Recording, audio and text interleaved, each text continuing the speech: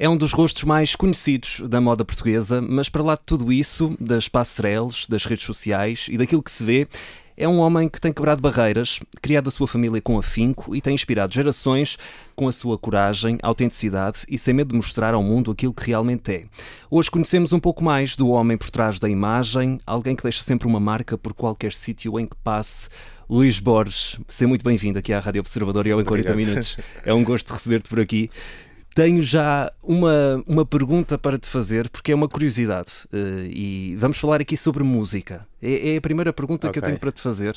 O Please Don't Stop the Music, que é uma música, uma música que marca talvez muito a tua passagem no início por Lisboa e que te fazia sentir uma estrela por cá. Sim. Quero perguntar se, entretanto, o Please Don't Stop the Music já passou a outra sonoridade que não a Rihanna. Não, olha, imagina, para mim a Rihanna é daquelas artistas que eu ouço e no ginásio, na rua, e nunca me canso. Acho que dá para ouvir em qualquer lado.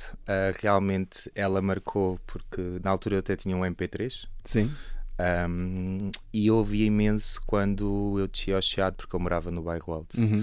E porque eu acho que as músicas da Rihanna, ok, se calhar se traduzimos as letras às vezes não são as melhores, mas eu acho que a sonoridade é muito boa. Portanto, eu ouço muito Rihanna. Aliás, eu vinha ouvir Rihanna. Olha, no propósito. Sim. E isso tem a ver com... eu na altura tinha feito uma montra viva numa loja nas Amoreiras, na Boss. Sim. E eles tinham dado um saco. Era tipo, pagavam-nos, mas davam-nos um saco de presente. Ok. E eu tinha comprado umas calças vermelhas e azuis. Que 17 anos atrás, ou seja, andar com umas calças dessas era um bocado impensável. Isso na rua devia dar asa a muitos olhares. É sobre isso, sim. Mas eu realmente sentia muito bem quando vestia essas calças e ouvia a música da Rihanna, porque eu venho de Castelo Branco, que é uma terra um meio um bocado fechado, e a partir do momento em que eu mudo para Lisboa, realmente eu consigo ser o Luís Borges que eu sou hoje em dia. Claro que eu era um bocado tímido, hoje já não sou, mas consegui realmente transformar-me naquilo que eu sou hoje, sem dúvida alguma. Eu dizia na introdução que tu és uma pessoa que deixa uma marca por onde quer que passe. Tu também sentes isso? Para o bom e para o mau, isso acaba sempre por acontecer? Olha, eu deixo uma marca porque eu sou muito alto.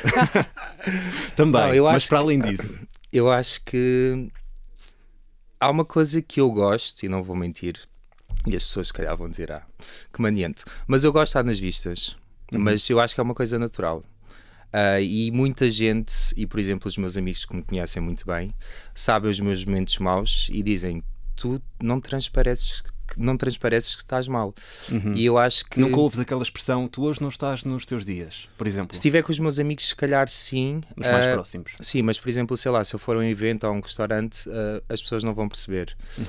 E eu sei que deixa essa marca a nível visual, mas ao mesmo tempo também sei que deixa marca por todo o meu percurso de vida, de carreira, e por toda a minha história, que eu acho que é impossível não deixar.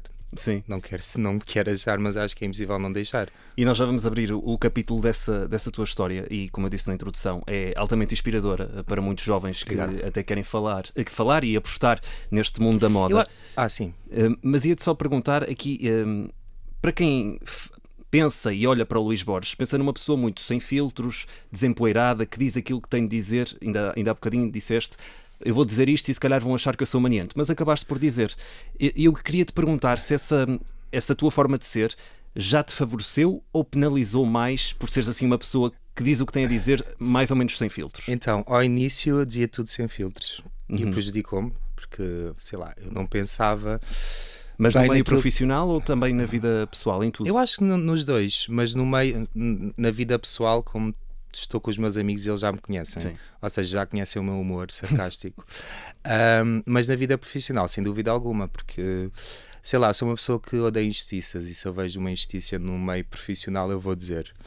E acho que isso, eu dizer tudo aquilo que eu achava... Isso já era assim desde o início, mesmo quando tu começaste? Sim, porque eu vinha com aquela garra de querer ser manequim, porque basicamente eu participei no Elite Model Look através da minha irmã Gisela, que me inscreveu sem eu saber. Eu via um casting ali no Chiado, era na altura aí, E eu menti aos meus pais a dizer que estava a estudar, a fazer um trabalho na casa de um amigo. O que é que aconteceu? Em Lisboa? Não, em Castelo Branco. Em Castelo Branco, ok. Com a minha irmã Gisela por trás. O que é que aconteceu? O autocarro atrasou. Então eu cheguei muito tarde a Castelo Branco. E eu tive que contar o que é que aconteceu. E aquela coisa de os meus pais, quando descobriram que eu queria ser manequim, que o meu pai me disse que queres ser manequim, vais sair de casa. E foi isso que aconteceu. Porque ele disse isso a um touro. E não podes dizer isso a um touro. E quando ele diz essas palavras, queres ser manequim, vais ter que sair de casa, tens um mês, eu realmente comecei a pensar na minha vida. E passado um mês do tempo que ele me deu, eu tinha as malas feitas. Mas na cabeça dele nunca passou... Tipo, o Luís vai sair de casa. Ele achava que era aquela coragem de adolescente que mais tarde ou mais cedo ia perceber, bem, se calhar este não é o caminho. Achas que ele pensou isso? Ele achou, quer dizer, ia dizer uma palavra, mas não posso. Se calhar posso. Ele achou que eu não ia ter tomates, basicamente, para sair de casa. Mas lá está. Eu queria ser manequim, eu nunca pensei, mas depois de vir ao casting e de perceber, quando a Ana Borges me disse: mas tu tens todas as características, acho que quis apostar nisto, e de ver uma pessoa de fora a dizer isso, eu disse: ok, é mesmo isto que eu quero seguir. E acho que o pior que tu podes fazer é barrar os sonhos aos teus filhos. Porque isso dá ainda mais vontade de desafiar tudo, não é? E eu estando em Castelo Branco, eu na altura estava a trabalhar na Só Ferragens, que é uma empresa de materiais de construção, que eu estagiei lá no meu curso de contabilidade. Que tem zero a ver contigo. Tem zero a ver comigo, lá está. E pensei, vir para Lisboa se calhar é um grande desafio. E realmente foi o maior desafio da minha vida, porque eu vim para Lisboa com para aí 600 euros no bolso. Não falei com a minha família durante um ano. E vim para a casa de uma amiga que não era assim tão minha amiga, do tipo, eu conhecia do Wi-Fi, não, mas foi um risco. E aí foi aí que eu pensei, tu vais ter que sobreviver. E desde que eu vim para Lisboa, eu nunca pedi um euro aos meus pais, porque depois também havia aquela parte do orgulho. Pensar, não vou pedir nada, porque eles vão perceber realmente que eu consegui aquilo que eu queria. E nesse prazo de um ano, nunca tiveste aquela necessidade de tentar chegar ao contacto com eles, de tentar... Imagina, eu falava com eles o básico dos básicos. Não havia aquelas ligações diárias, como deveria acontecer entre pai e filho. Se calhar falava com eles para aí 2 vezes no Natal, no aniversário, que eles ligavam, mas não havia aquela partilha de o que é que estás a fazer, o que é que está a acontecer, não havia isso sequer. Aconteceu quando, que é triste, quando eu me tornei conhecido, e aí eu acho que eles perceberam realmente que eu tinha razão e que consegui ser aquilo que eu queria. É triste por um lado eles terem feito isso, mas se calhar se o meu pai não me tivesse dito se queres ser manequim e tens de sair de casa, eu se calhar nunca tinha vindo para Lisboa naquela idade. E se calhar o teu caminho hoje ia ser completamente diferente. Tu dizes que a tua infância em Castelo Branco não foi propriamente um momento feliz da tua vida. Já o disseste em várias entrevistas. Ainda assim, que lugar é que ocupa Castelo Branco na tua vida? Ou seja, ainda consegues transportar-te para boas memórias nesse Olha, local? imagina, eu passei muita coisa feliz em Castelo Branco, mas muita coisa má também. Eu acho que quando tu és gay, e eu achava que gostava de meninas, é a realidade, mas depois percebes os comentários das pessoas quando tu passas na rua e não sei o quê. Foi algo que tu começaste a lidar desde muito cedo. Sim. Só pela tua forma de ser. Sim, e o facto do meu pai dizer que disse em casa que não ia ter um filho paneleiro, isso para mim assustou-me um bocado. Mas lá está, eu em Castelo Branco fui muito feliz porque fiz boas amizades. Eu fui adotado pelos meus tios, e, ou seja, os meus primos são meus irmãos, e eu tinha uma ligação muito grande com a minha irmã Gisela, que foi ela que me inscreveu. É ela a culpada disto tudo. Mas é verdade, mas ela encobria-me em tudo. E eu hoje posso dizer isto porque eu tenho 37 anos, portanto o meu pai não vai fazer nada. Eu fumava com 15 anos à varanda da minha casa e a Gisela avisava-me quando o meu pai vinha lá. Eu saía à noite e o meu pai achava que eu ia sair com a Gisela, mas eu ia sair com os meus amigos. Ou seja, essas memórias todas são muito divertidas pensando hoje em dia, né? Mas tenho muitos bons, claro, como é óbvio, mas é aquela parte da infância em que tu sentes que a família que te foi buscar se calhar não te deu o amor necessário. Acho que tem a ver com isso. E tu vês as pequenas injustiças quando tens mais 3 irmãos e tu és como se fosse a ovelha negra. Mas esse assunto para mim já está na caixa que ele tem que estar, porque é para isso que serve os psicólogos hoje em dia. Mas sim, já está resolvido, sem dúvida alguma. E houve alguma coisa em criança que tu precisasses de ouvir dos teus pais que não chegaste a ouvir? Olha, isto é muito... Eu acho que nunca falei sobre isto, mas os meus pais nunca me disseram amo-te. E é uma coisa assim um bocado estranha. E eu vejo isso pelos meus filhos, não é? E o Edu está-me sempre a dizer amo-te, o meu mais novo. Mas é muito estranho, pensando, eles nunca disseram olha, eu amo-te, ou sei lá, que orgulho teres feito isto, percebes? Nem mesmo depois de... Depois sim, mas lá está, mas depois... Exato. Não, nós queremos ouvir isso antes, não é? Nós queremos a força da nossa família antes, não é depois de conseguirmos as coisas por nós próprios, de repente já somos os maiores. Mas... Isso na escola, por exemplo, temos o Dia do Pai, o Dia da Mãe, são datas em que se festejam nas escolas e na altura acredito que se festejavam e assinalavam. Tu tendo essa... Não queria dizer mágoa, mas se calhar sim, por não teres esta questão de nunca teres ouvido um âmbito, como é que tu vivias também esses dias? Eu era um miúdo, né? Tentavas distrair-te disso, abstrair-te dessa realidade? Imagina, eu hoje em dia penso nisso, já tenho 37 anos, na altura, tipo, eles não me dizerem âmbito para mim era uma coisa normal, percebes? Mas eles, quando era o Dia do Pai e se houvesse atividades, eles iam. Era mais no tratamento quando estávamos os 4 irmãos e era sempre aquela coisa, sei lá, dou-te um exemplo, por exemplo, vamos a uma pastelaria, eu queria um bolo e a minha mãe dizia, não há dinheiro. Depois vinha o meu irmão e ela já dava. E tem a ver com isso. Eu acho que essas pequenas coisas marcam uma pessoa e eu sei que cresci um Luís revoltado, sem dúvida alguma. Mas lá está, eu acho que com o tempo e com a terapia em dia, muito dinheiro gasto, tu consegues depois ficar bem. A terapia entrou na tua vida em que altura? Ou seja, tu dizes-me que tu viveste esta fase enquanto criança, depois veio a adolescência, vieste para Lisboa. Quando é que sentiste que havia essa revolta em ti e que precisava de ser amenizada? A terapia entrou muito tarde, entrou só, sei lá, depois talvez da morte do Eduardo, porque lá está, eu acho que dizer que ia ao psicólogo era para malucos, então era aquela coisa de ter medo. A partir do momento em que eu percebi que realmente que já não aguentava mais todos os problemas que eu tinha à minha volta e realmente as minhas amigas disseram que eu tinha que procurar ajuda e foi aí que eu comecei a ir a um psicólogo, aliás nem foi psicólogo, foi um psiquiatra mesmo. E realmente foi a melhor coisa que eu fiz da minha vida, porque o meu psiquiatra deu-me as diretrizes certas para eu conseguir desbloquear certas coisas que eu tinha na minha vida que eu achava que não era capaz de fazer. E se calhar a tratar primeiro coisas que estavam para trás do que aquelas que estavam mais presentes? Não, por acaso foi ao contrário. Nós tratámos primeiro o mais presente, que era o que me incomodava naquele momento. Sim. E depois é que vamos... E depois vais fazer a viagem toda para trás. Okay. Sim. Acaba por ser interessante. É que, sim. Que aí acho que é aquela parte que é mais dolorosa, porque é reviver e pensar em coisas que aconteceram, mas que têm que ser faladas, lá está, porque se não conseguires resolver isso, depois não estás bem com a vida, e eu quero estar bem com a vida e quero estar bem para os meus filhos. Falaste já dos teus filhos, a tua infância, aquilo que tu viveste ajudou a moldar também o pai que tu és hoje. Aquilo que tu não tiveste, tu passas a dar o triplo aos teus filhos e preocupas-te com que eles também se sintam bem. Olha, sem dúvida alguma, amor não lhes falta, isso é uma coisa que eles não podem dizer.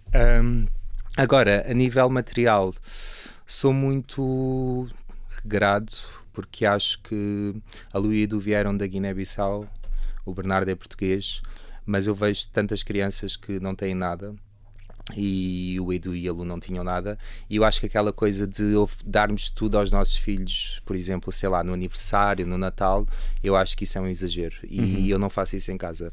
Aliás, como é que se faz essa gestão? Porque as crianças acabam por ter contacto com outras crianças e percebem, eu tenho isto, mas eu afinal não tenho.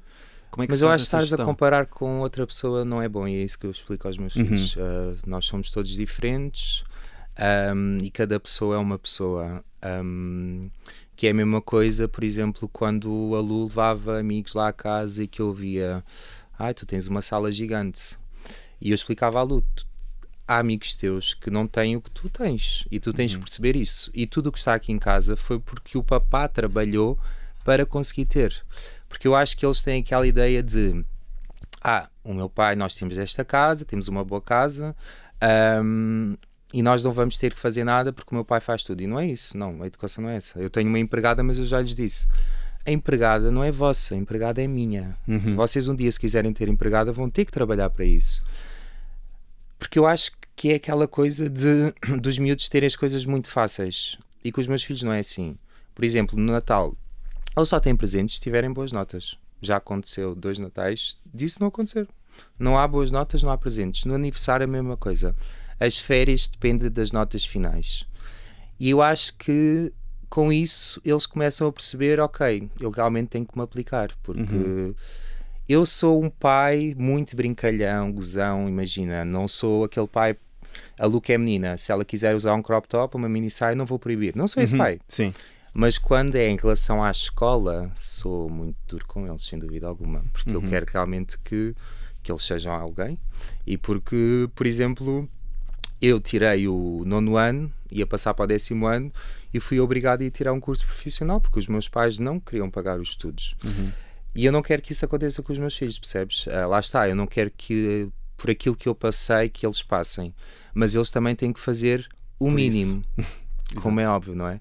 Eu, sei lá, desde os 9 anos que eu limpava a minha casa em Castelo Branco, que eu cozinhava. Percebes? E aquela coisa de eles serem tudo tão fácil. Não, mas porque eu tenho alguém para fazer. Não. Ok, tu não vais cozinhar, mas tu vais lavar a louça do jantar ou do almoço. Tu vais arrumar o teu quarto. E eu acho que nós temos que incutir isso nos nossos filhos e nas crianças. Porque, ok, pode existir uma empregada, mas eles têm que aprender a fazer as coisas. Exato, um dia pode acontecer, como aconteceu contigo, aos 18 anos, quererem sair de casa e é preciso... vão sair de casa, vão. O único que fica é o Bernardo. Como é que tu reages com essa possibilidade de um dia chegar... Porque nós estamos assim tão longe, mais uns tem 13, sim. O Edu tem 10 ainda. Imagina, eu acho que assusta-me um bocado, sem dúvida alguma, mas eu acho que é um processo natural, não é? Eu também não quero que os meus filhos fiquem a morar comigo. Eu acho que eles têm que ser independentes e se fazer à vida. Eu tive que me fazer à vida e eu quero que eles façam isso. Porque aquela coisa de, ok, eu vou estar sempre aqui para eles, mas estares a morar na minha casa só porque sim, sem fazer nada, não vai acontecer, sem dúvida alguma. O único que pode fazer isso é o Bernardo, porque não vai trabalhar nem nada. Mas em relação aos outros dois, não. Eles têm em casa um belo exemplo, portanto daqui a uns 5 anos para a Lu e 8 para o Edu, vamos ver onde é que eles estarão. Porque eu acho, sim, porque imagina, eu acho que eles têm que lutar pelos sonhos e têm que lutar por aquilo que eles querem. Como é óbvio, eu nunca vou expulsar os meus filhos de casa com 18 anos. Provavelmente não, ainda estão a estudar na universidade, se quiserem ir para a universidade, mas se quiserem ir trabalhar para outro sítio, claro, se eles não tiverem dinheiro, o ordenado não chegar para alugar um quarto, claro que eu não vou fazer isso, mas eu acho que eles têm que perceber que eles têm que ser batalhadores e trabalhadores acima de tudo. Não podem esperar que, não, tenho ali o meu pai e o meu pai paga. Não é isso, porque eu mato-me a trabalhar para lhes dar o essencial para eles conseguirem ter as coisas deles. Queria-te perguntar, qual foi a conversa mais difícil que tiveste com eles até hoje? Já falámos aqui de alguns exemplos, mas aquela conversa que te fez perceber a posição de pai em que estás e essa responsabilidade que tens na tua vida. Não, então a conversa mais difícil, sem dúvida alguma, foi com a morte do Eduardo. Explicares aos teus filhos que o pai, porque ele é o pai e eu sou o papá, que o pai não vai voltar para casa e que eles nunca mais vão ver o pai. Sem dúvida alguma foi a conversa que me custou mais, porque eu não sabia como é que havia de fazer. A Lu era muito ligada ao pai, o Edu também, mas o Edu era muito pequenino, ou seja, quando eu contei, eu lembro perfeitamente que o Edu se começou a rir e só começou a chorar quando a irmã começou a chorar. Mas foi a conversa mais dura, porque é uma morte, é aquela coisa que tu não sabes como é que tu vais explicar àquela pessoa. O Bernardo não entende, como é óbvio, ele tem trissomia e autismo, para ele está noutro mundo. Mas à Lu e o Edu, como é que tu vais dizer, olha, o teu pai, Eduardo, não vai voltar para casa, vocês nunca mais o vão ver. E essa foi sem dúvida a conversa mais dura. E depois em relação, por exemplo, à Lu, a Lu era uma menina muito fria comigo, ou seja, a parte do afeto quase nem existia, porque ela era muito ligada ao Eduardo. E depois conseguir ganhar essa confiança foi algo um bocado duro para mim. Hoje em dia já não, ama-me, e eu também te amo, minha filha, mas sim, foi difícil. Essa foi a conversa mais difícil. Eu não queria transportar-te para este momento, mas acaba por ser inevitável. Perguntava-te, esta pergunta era no objetivo de perguntar no sentido do dia-a-dia, ou seja, de coisas que têm acontecido, mas claro que percebo isto que me dizes, porque é de facto, para uma criança, e falando, claro, do Edu, que é ainda mais pequeno, essa realidade, e ele só perceber depois, quando a irmã chora, que realmente está mesmo a acontecer, é difícil. Mas eu acho que, imagina, as conversas mais difíceis têm a ver com a escola, com o que acontece no facto dos miúdos dizerem: mas tu és adotado, mas tu és preto, tu tens um pai gay. E acho que essas são, quer dizer, não são difíceis. Eles já ouvem isso na escola? Sim. Talvez mais a Lu? Não, e o Edu também. Ainda há dias falou sobre isso. Mas lá está, eu sempre falei com eles muito abertamente sobre isso, que eles são adotados, que têm 2 pais, que eles não têm que ter vergonha sobre isso, que eu também sou adotado, que o mais importante é haver amor na nossa família. Mas lá está, aquela coisa, nós somos sensíveis, ainda para mais as crianças têm mais sensibilidade. E o Edu é extremamente sensível. E dos três é o mais sensível, aquele que tu percebes que tem ali. Sim, é o mais sensível, sem dúvida alguma. A Lu mas a Lu é um bocado fiteira às vezes. E se calhar é mais racional, não é? Sim, é assim, a Lu, eu não me posso queixar da filha que tenho. Só me queixo, ouviste, Lu, na parte... De nada, isto é um queixume. A Lu não é uma pessoa, não é uma menina de dar muitos abraços. Hoje em dia já dá mais, porque eu expliquei-lhe: olha, eu sou o teu pai, teu papá, eu vou estar aqui sempre para ti, e acho que a parte que tu demonstras, para além de outras, amor, é dares-me um abraço sentido. E eu acho que o abraço é a melhor coisa que tu podes receber. Eu tenho amigos que me dão abraços que eu percebo que realmente eles são mesmo meus amigos, percebes? E eu gosto dessa energia. E a Lu não era uma miúda de dar muitos abraços, de muitos afetos. Hoje em dia já é completamente diferente. E, por exemplo, imagina, às vezes estou no quarto e ela vai se deitar ao meu lado na cama. E eu pergunto: o que é que queres? E ela: não, só quero estar aqui contigo. Mas o Edu é sem dúvida o meu filho mais sensível. E lá está, depois de dizer essas coisas na escola, e nós temos de ter a mesma conversa várias vezes. É um bocado triste, porque eu acho que isso devia partir de casa e os pais explicarem que somos todos diferentes, não é? Da mesma forma que tu explicas e os educas, isso também devia começar em casa. Sim, como é óbvio. Eu acho que a educação parte de casa, depois cada um aplica como quer. Se calhar não tive a melhor educação, mas depois ao vir para Lisboa e estar com outros amigos, por exemplo a Ana Sofia, que tem uma história de vida parecida comigo, nós realmente levamos a vida de outra maneira. Mas é chato teres de estar sempre a explicar ao teu filho que não tem que ter vergonha de ser adotado, de ser negro, de ter 2 pais. Percebes? Às vezes é do tipo saturante. Nós estamos aqui a falar muito dos teus filhos, eu espero que não leves a mal. Não. Mas é só... Eles vão adorar. Pela questão de... Eu vejo o teu Instagram e qualquer pessoa vê o teu Instagram e fui ver também alguns comentários e muitas pessoas elogiam o teu cuidado, a tua parentalidade perante 3 crianças que foram adotadas. E vi um comentário que me chamou a atenção e que dizia que tu eras um super pai. Se calhar podiam fazer a série outra vez, eu era o protagonista. Mas queria perguntar-te se tu também sentes essa responsabilidade e de que forma é que ela se manifesta no dia-a-dia, porque estamos a falar aqui de 3 crianças e temos a questão do Bernardo, que tu dizes que é um grande desafio na tua vida, e emocionou-me, posso dizer-te isto, numa entrevista que tu deste, penso que foi à Júlia Pinheiro, Júlia, sim. em que tu disseste que foi no momento em que estiveste doente, foi das primeiras vezes que sentiste realmente o abraço do teu filho, sim, e ele a abraçar-te. Porque ele sente, essas crianças sentem. Mas em relação à tua pergunta de ser um super pai, eu acho que há muitos super pais espalhados pelo mundo. Aqui a diferença é que eu estou mais exposto. As pessoas conhecem mais, estão nas redes. E eu fico feliz das pessoas acharem isso, mas ao mesmo tempo eu acho que, sei lá, eu acho que é normal tu seres um super pai. Percebes o que eu estou a dizer? O objetivo devia ser sempre esse. Sim, ser sim, o melhor sim. pai Aquela do mundo, coisa a melhor de... mãe do mundo. Ai, tiveste muita coragem em adotar 3 crianças. Não. Eu acho que as pessoas que pudessem também deviam adotar crianças. E essa conversa, às vezes a mim eu fico a pensar, mas eu estou a fazer alguma coisa de tão diferente? Para mim é uma coisa normal, percebes? Como eu também fui adotado, portanto, adotar crianças para mim é normal. E tomar conta delas, são meus filhos. Claro que o Bernardo, como é um menino especial que tem trissomia e autismo, dá muito mais trabalho, mas há outras famílias que têm crianças com deficiência. Por exemplo, o Bernardo anda numa escola que tem uma unidade especial para crianças com deficiência.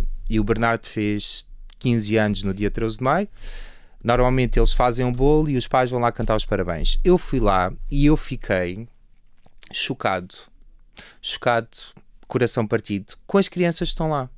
Porque eu pensei assim, eu acho que já tenho muito trabalho com o Bernardo, mas eu não quero imaginar os pais que têm com estas crianças que estavam lá. Que eu pensei, é uma dor de cabeça. Mas lá está. Eu acho que o facto de eu estar mais exposto, as pessoas veem-me como um super pai, com exemplo, isso é bom. Mas ao mesmo tempo, há tantos pais iguais a mim. Percebes o que eu estou a dizer? Não... Sim. E acho que tem a ver com isso. Mas acabas por ser um bom exemplo daquilo que é parentalidade. Imagina, não é? eu acho que passa a ser um bom exemplo no sentido de eu tinha uma relação com o Eduardo, nós casámos, entretanto separámos-nos, o Eduardo faleceu e as pessoas achavam que eu não ia ficar com os meus filhos.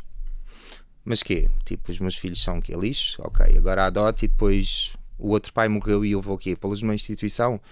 E a partir daí é que as pessoas dizem que eu sou um super pai. Mas isso está errado, porque eu sempre fui um super pai desde que eles nasceram. Sentes que isso foi uma narrativa mais ou menos criada para também explorar essa fase, que foi uma fase má, e também te colocaram em xeque? Imagina, eu acho que foi sempre, e é uma coisa que a mim me... Por seres mais jovem também? Deixa triste, que é desde o início, desde que eu andei 8 anos com o Eduardo, e desde o início que eu sempre fui muito apontado como é um miúdo, quer se aproveitar do Eduardo, e as pessoas nunca deram valor à outra parte, que é o meu trabalho. Eu tenho 18 anos de carreira de manequim, eu fiz trabalhos que nenhum português fez.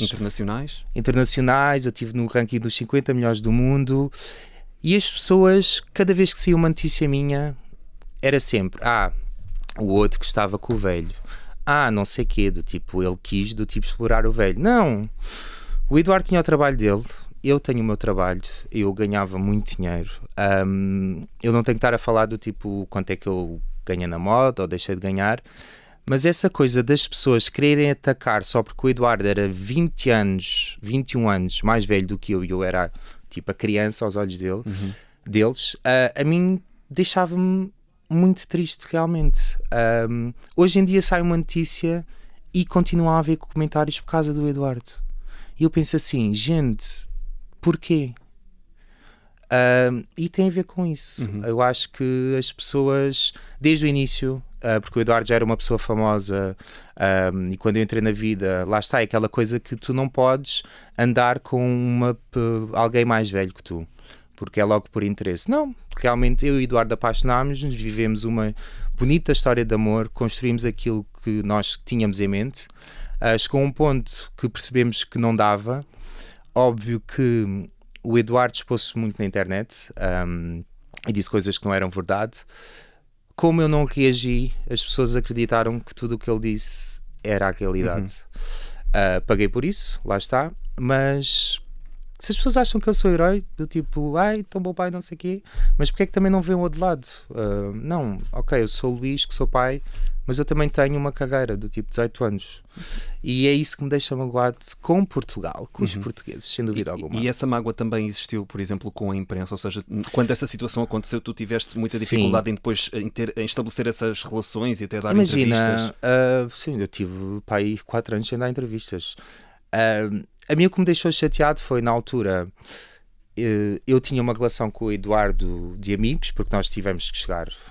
Claro. Em Bom Porto, por causa dos nossos filhos. 3 crianças envolvidas. Como é óbvio, mas foi uma coisa que eu lhe pedi, que era: não vais postar nada nas redes sociais. Quando eu estou em casa contigo, quando eu estou com os nossos filhos, porque isso ia dar asa a especulações. Eles voltaram. E eu não queria isso. Eu queria estar na minha vida, do tipo, fazer o meu trabalho e ganhar o meu dinheiro. E quando o Eduardo faleceu, as pessoas não sabiam que nós éramos amigos. Mas a segunda pessoa a chegar lá à casa, primeiro foi a Alice, porque era o braço direito dele e hoje em dia é o meu braço direito.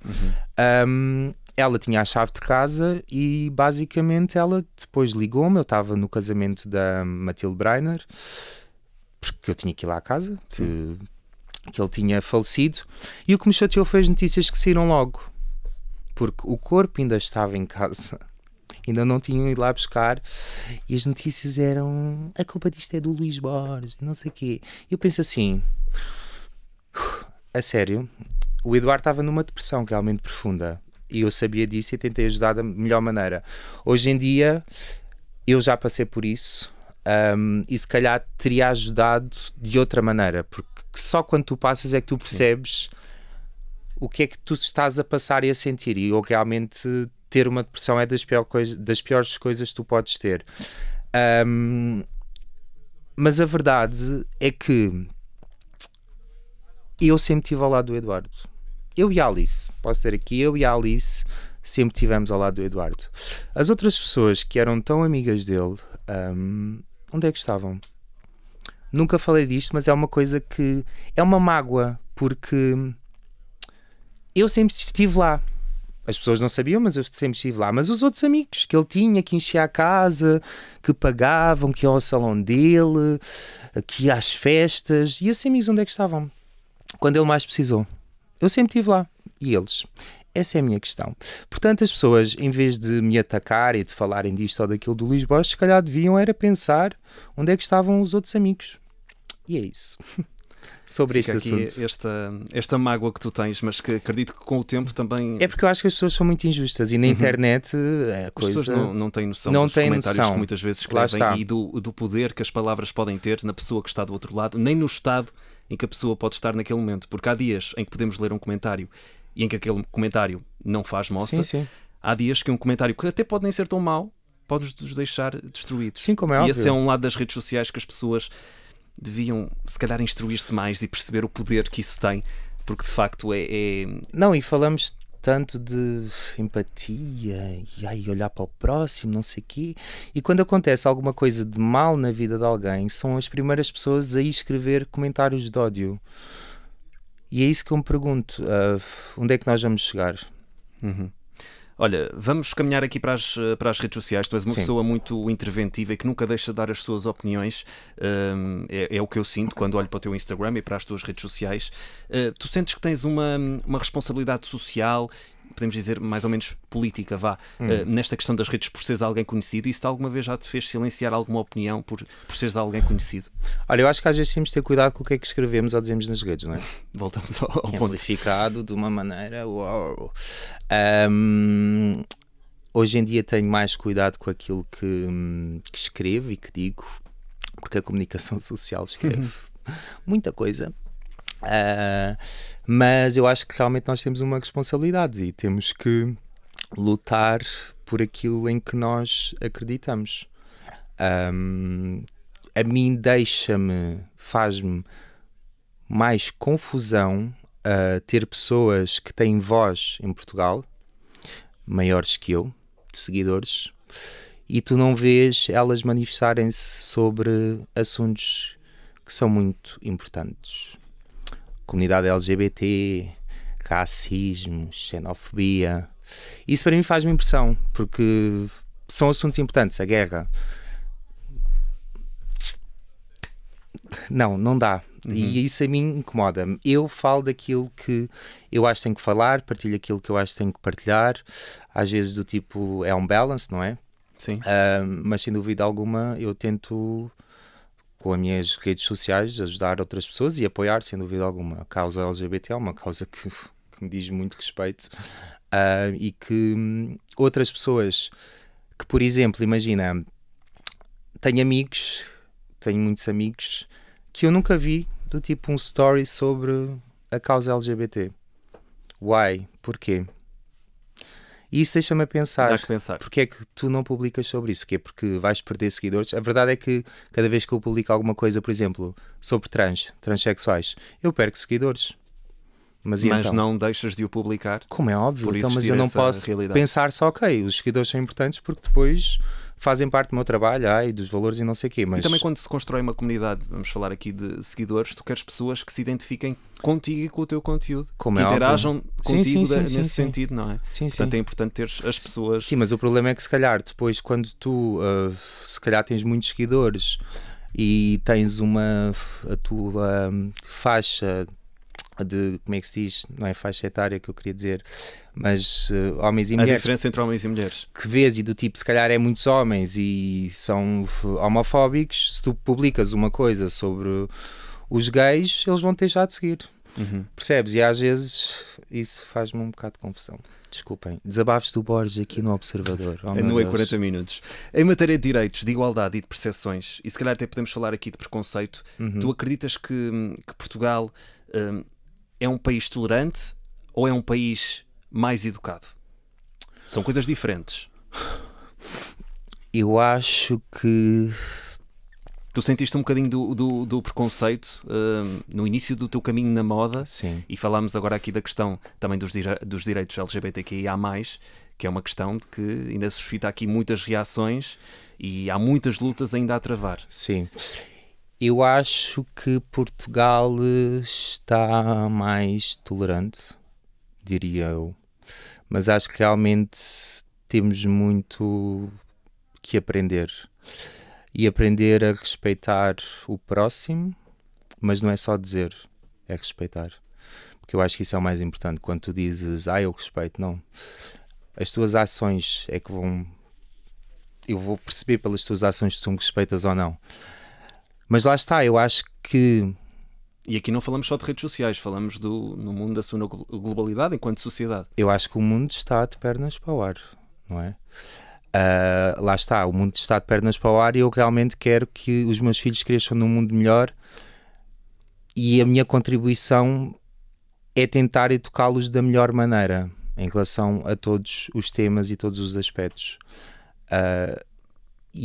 O respeito pelo próximo é algo muito importante. E se tu não tens respeito pelo próximo, eu acho que então tu estás muito mal, sem dúvida alguma, porque eu acho que isso é a base de qualquer coisa. Respeitares a pessoa que está ao teu lado, sem dúvida, sem ódio.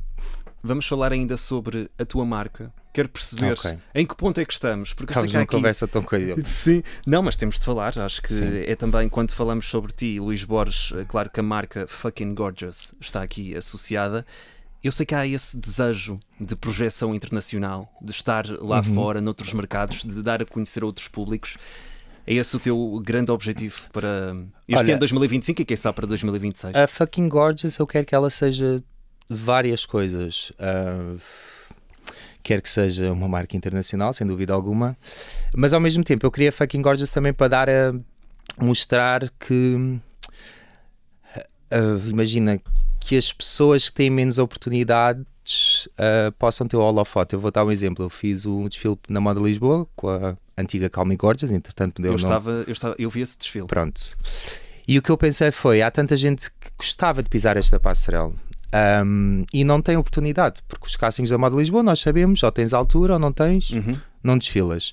E ao mesmo tempo, eu sendo negro e vendo tanta beleza negra, pensei, ok, vou fazer um casting aberto a pessoas só negras, e eu queria corpos diferentes, alturas, tudo, e mostrar que realmente que é possível tu teres corpos, pessoas, atitudes diferentes numa passarela.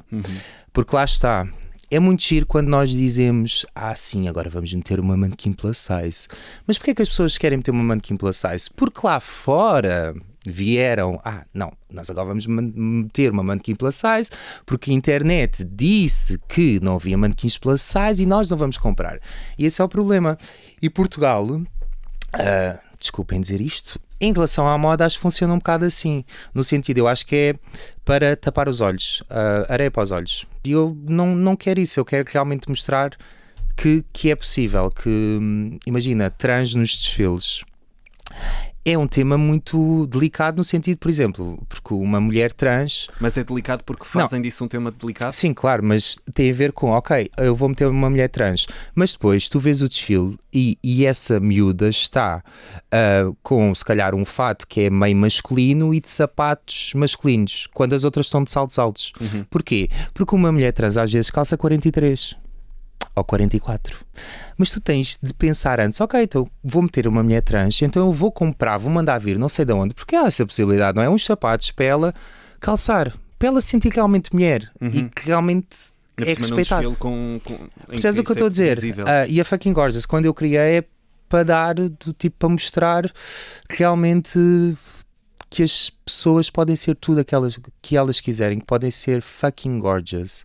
E o conceito da marca é esse, ter uma comunidade fucking gorgeous. Só mesmo aqui para terminar, eu tenho mais uma pergunta. Desculpa, mas eu falo muito. Não te preocupes com isso. Perguntar-te se tu alguma vez, até mesmo no teu início, não sentiste que te usaram como uma prova, entre aspas, de diversidade. Mostrar, nós temos aqui o Luís Borges, isto já é diversidade. Pois é, imagina, eu quando comecei as pessoas achavam que o meu cabelo era falso. Sim. Chegaram-te a puxar o cabelo na rua? Sim, na rua, no Colombo, uma miúda.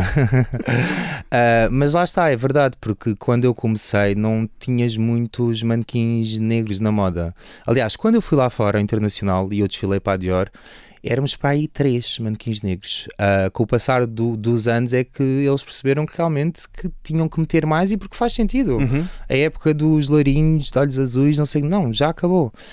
Mas se me usaram aqui, eu acho eu acho é que me deviam ter usado logo quando eu apareci. E atenção, é bom que nunca tenhas sentido isso. Não, nunca senti. Não. Aliás, se eu tivesse sentido, já tinha dito, porque eu, Luís sem filtros, desculpa.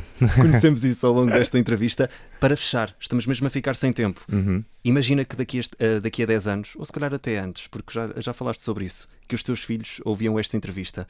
O que é que queres que eles sintam ao ouvir aquilo que tu disseste muito ao longo deste caminho que também tens e da história inspiradora? Olha, eu quero que eles sintam que têm um pai muito bom, muito bonito, que os ama muito. Não, mas que acima de tudo que aquilo que eu disse que faça sentido daqui a 10 anos e que realmente que eles sejam boas pessoas e que se preocupem essencialmente com o próximo e não com o umbigo deles. Não quero de todo que isso aconteça.